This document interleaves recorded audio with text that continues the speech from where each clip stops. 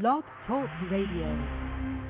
Hello, everyone, and this is Lori Smith on Blog Talk Radio, and this is One Child Abuse Survivor to Another. It is Wednesday, March 10th, 5:30 in the morning here in Calgary, Alberta, and I'm happy to be here.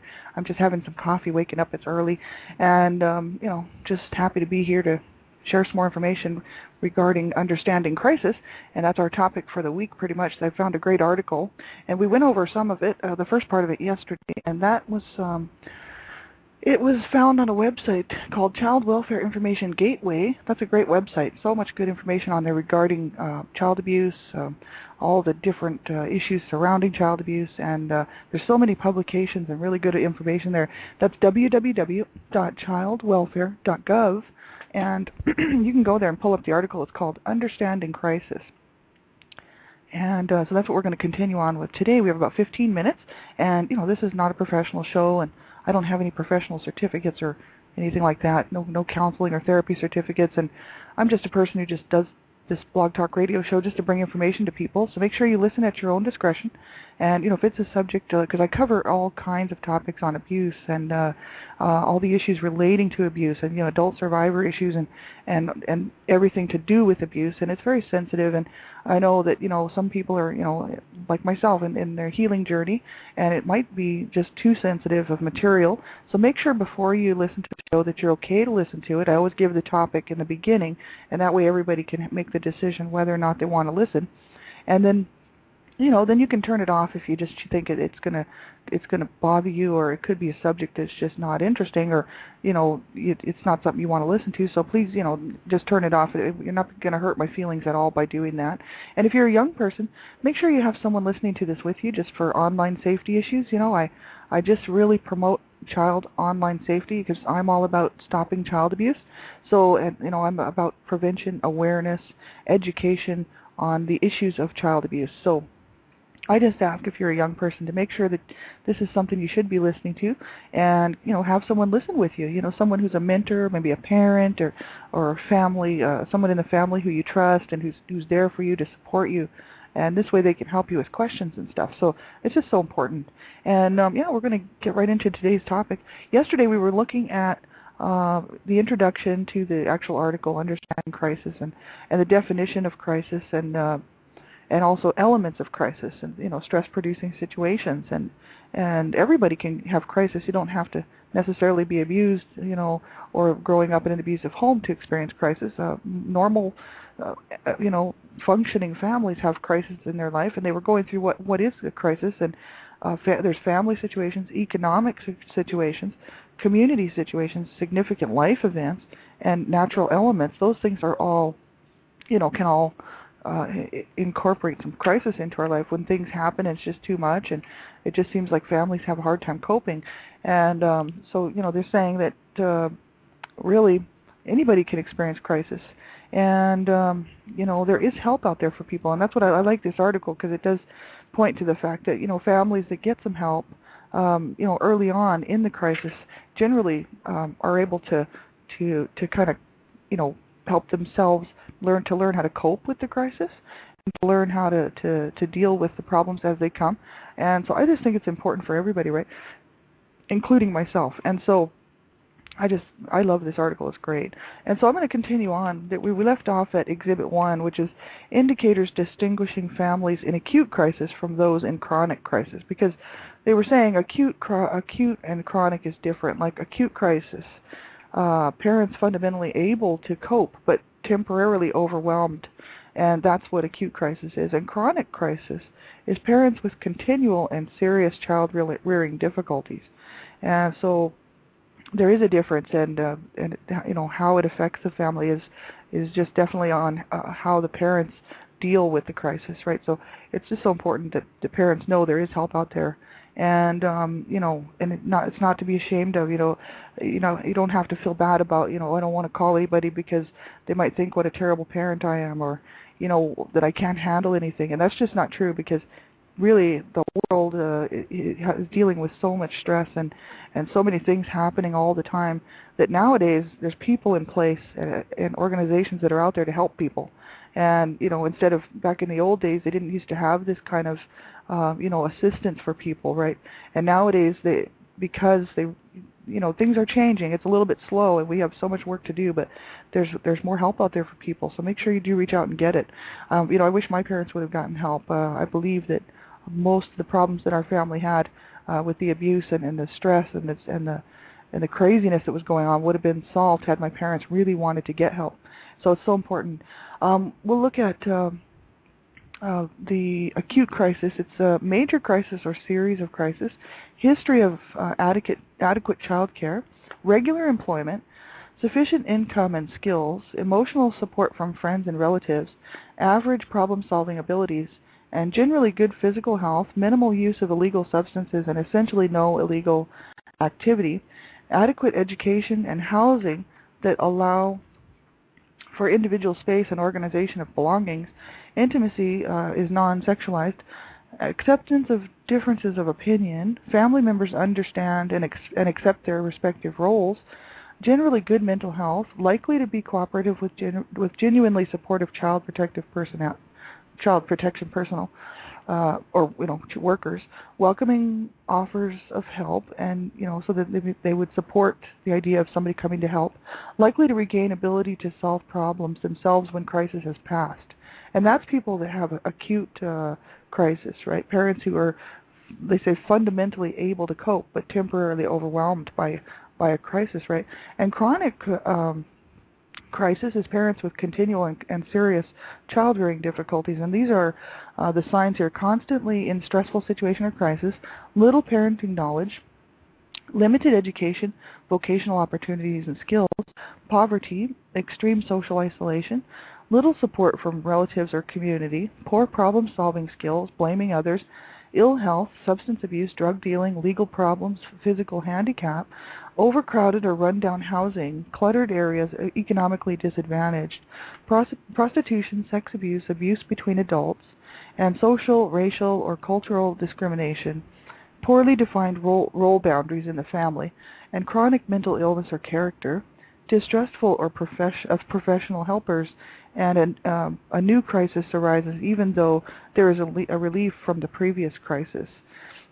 And so those are people that would suffer from chronic crisis, and that's people that are continually, parents who are continually and have serious child-rearing difficulties, right? And so those are some of the things that one would sort of associate with that, and that's just par for the course, really. Poverty, little parenting knowledge, no coping skills, and really no support from relatives and friends, and this kind of, or community, right?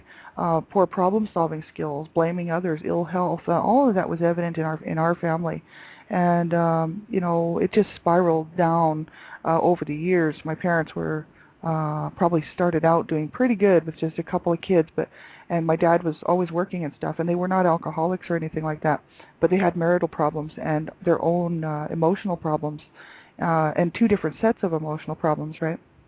And so they really didn't come together as a husband and wife to solve these issues. They actually went against each other and became abusive towards each other. My dad first was very abusive towards my mom, and then my mom, after I was born, and growing up, my mom actually started to fight back, and so the battles were pretty vicious, and on both sides. My mom, it takes two to do that.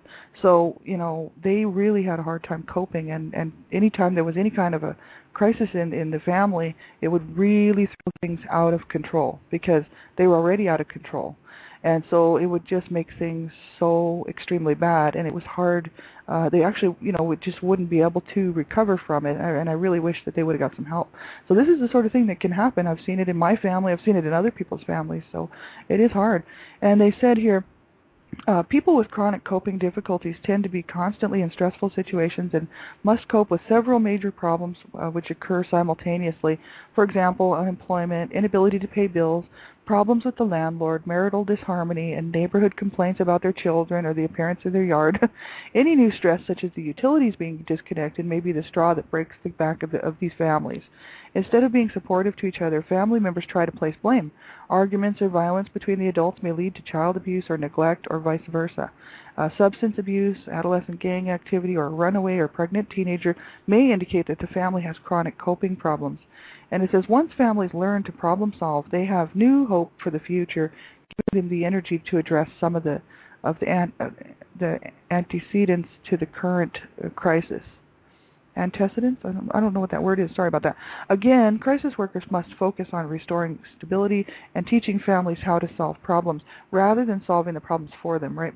When crisis workers assist families in solving a crisis, the families are also helped to avoid future crises.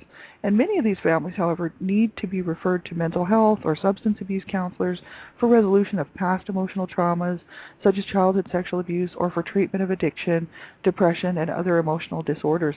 And, yeah, that's just it. Families, there could be so much going on that just one more thing puts them over the edge. And I know in my family that was the case. Everybody was on a high level of stress and really just a high level of chronic crisis all the time. So when one more thing would happen, it would all just escalate and get out of control.